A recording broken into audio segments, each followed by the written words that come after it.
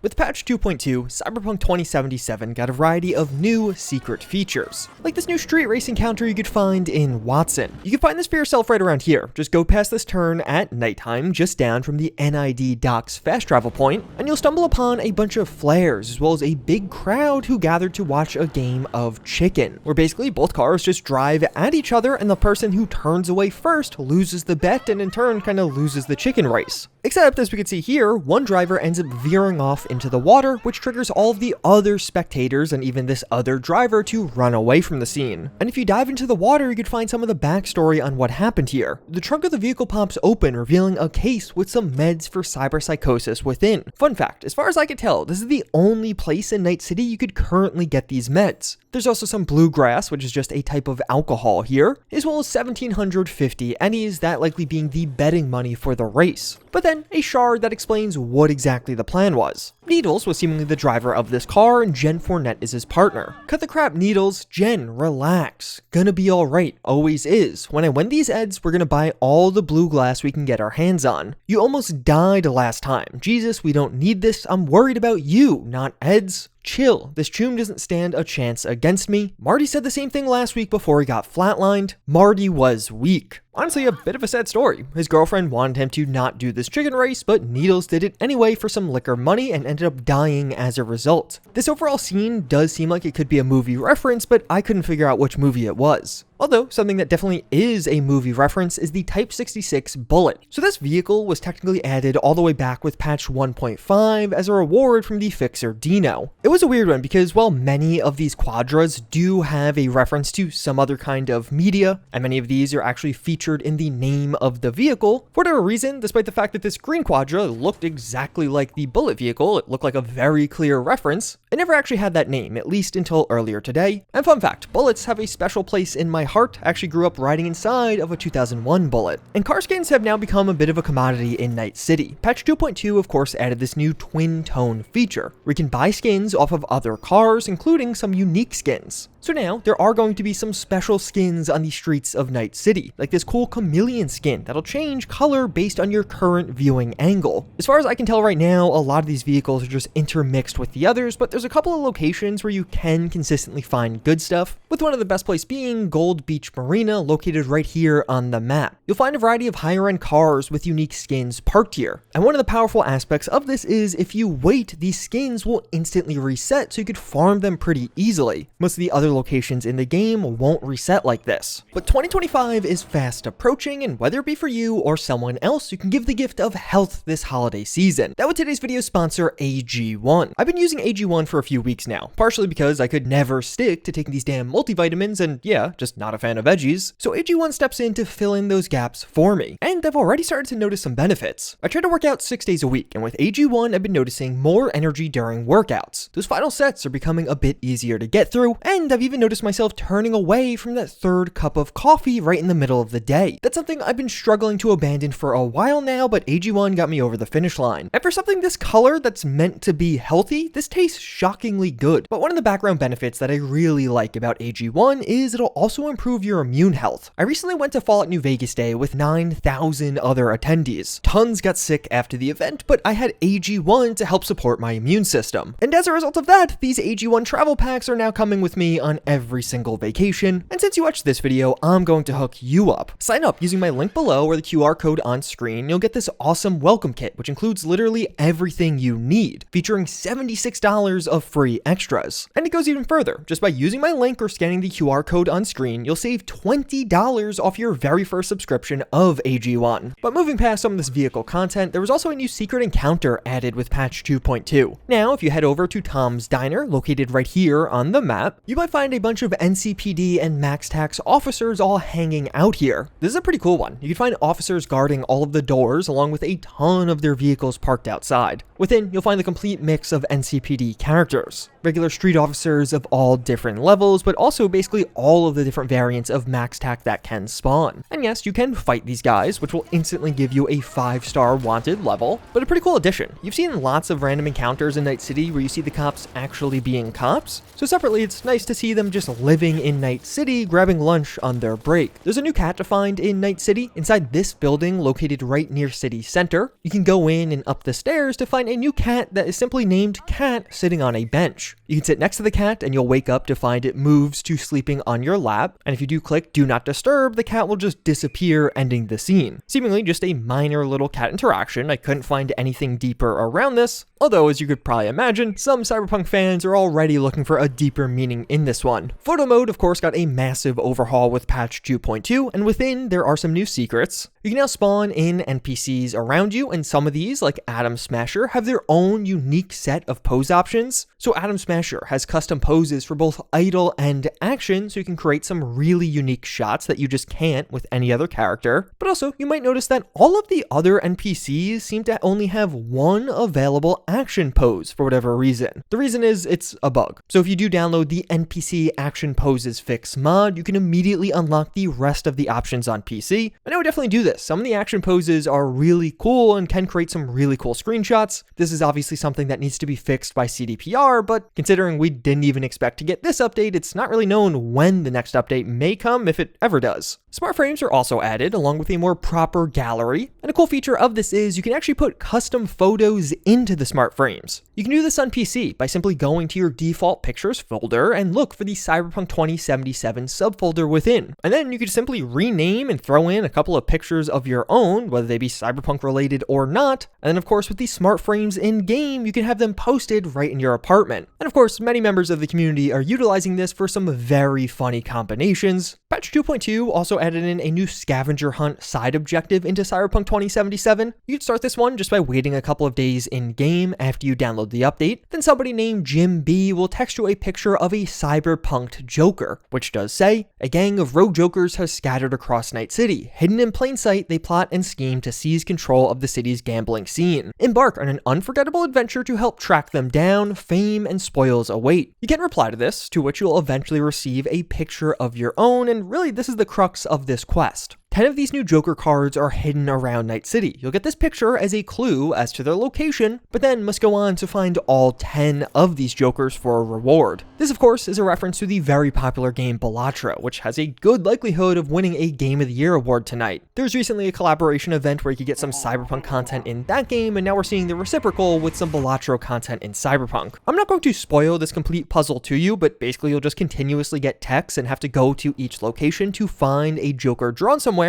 and nearby there'll be a new shard with a corresponding card on it. Upon finding this, you'll get your next clue and must eventually work through all 10. It's quite a bit of fun. You'll probably need to use some hints for some of these. They definitely can get fairly difficult, but if you're a veteran player, you'll probably recognize quite a few, and at least for me, I did feel fairly satisfied with how many of these I was just getting on my own. But if you're having too much trouble, I will have a link to a post down below with all of the solutions to each stage. And upon finding all of the Joker cards, you're going to get 2 new rewards. First, this Joker t-shirt that looks pretty cool, and of course is a special reminder of what you did, as well as a set of 3 cards which will be placed in your apartment. Overall, a relatively minor quest, but I would say a fun one, and for veteran players, this can be a great test of your in-game knowledge. With the updated character creator in Cyberpunk 2077, some secret references were added. Face Scar 10 was just added with patch 2.2, and this is a bullet scar for the center of your head. This of course being a reference to the ending of Cyberpunk 2077's prologue, where V is shot by Dexter Deshawn in the head. A pretty cool inclusion that is definitely going to be great for immersion, but also Rebecca's eyes from the Edge Runners anime were finally added as an option in-game. Nice. But honestly, what ended up being the most interesting secret feature with patch 2.2 was the developer. Cyberpunk 2077 patch 2.2 is different than almost every other update this game has gotten, as this one was worked on by Virtuous Games Paris in collaboration with CDPR. All of the past ones were pretty much just CDPR. Virtuous Games is an outsourcing studio, so game devs can basically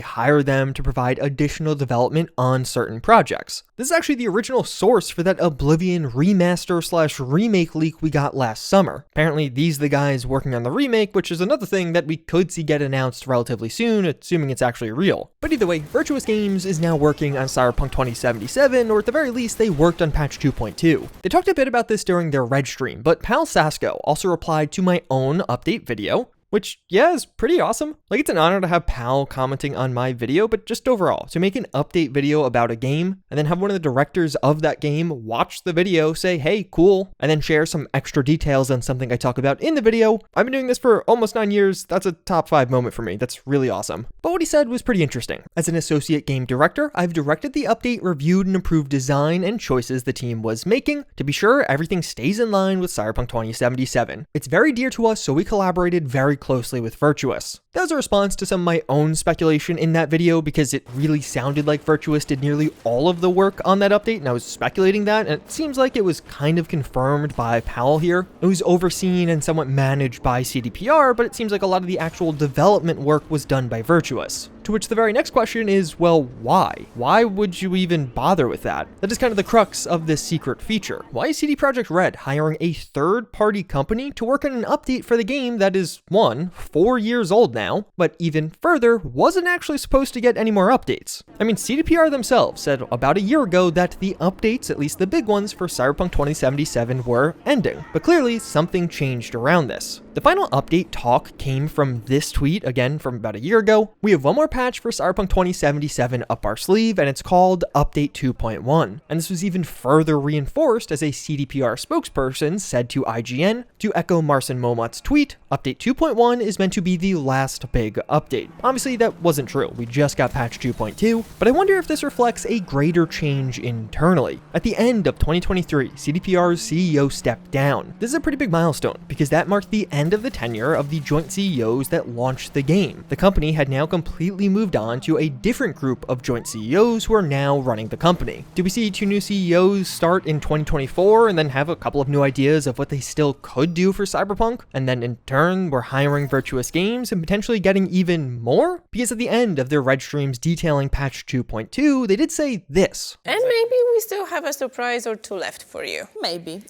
You will see soon enough. So it definitely sounds like something else is coming. The piece of the puzzle that I really can't make sense of is, why do you hire an entire outsourcing studio just for this one update that nobody was expecting? Perhaps it truly just was for a special treat on the 4-year anniversary of the game, but I think particularly when you consider the fact that, looking forward, CDPR has 2 major releases around Cyberpunk coming in the next few years, that being a live-action project of some kind. It's currently not known if this is a TV show or a movie, as well as yet another Netflix anime series that is coming. They could be looking at how that's on the way. At the same time, their own game saw a massive resurgence from Edgerunners the first time, but that's still holding true as the Fallout franchise saw a massive boost from the Fallout TV show. So perhaps these 2 new shows being on the horizon, while the next Cyberpunk game is still years away, has changed things a bit. Maybe it has made this company a bit more interested in continuing to support Cyberpunk 2077 for at least a little bit longer. I don't really know what else they could add. Obviously, mod support is the big one, but if you are looking for more Cyberpunk 2077, check out this video to see how modders just implemented one of the game's biggest cut features.